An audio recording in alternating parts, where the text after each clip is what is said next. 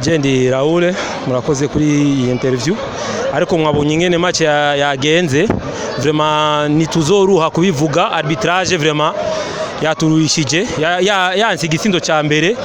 nituzi kubera iki ibaye igitsindo ca Orge ibandanye tumerera nabi donc ababijejwe vraiment babirabe neza kuko nitwumva icyabaye sindi ico twafuye n'abarbitre kuko match zose nibinyene Bon, ikindi kintu cyatwaye inguvu nko turiko turakinira iwacu kandi uno munsi urukino gwitavye n'abafana benshi byaciye biduha inguvu muri deuxième mitango turondere igori. Bon, nuko twaciye dusindwa ibisindo nyene bya bitari vyiza cyane kuko ni tugorane duto hagati ya defense no mukeperi wacu tugiye kudukosora kugira ngo turabe nimba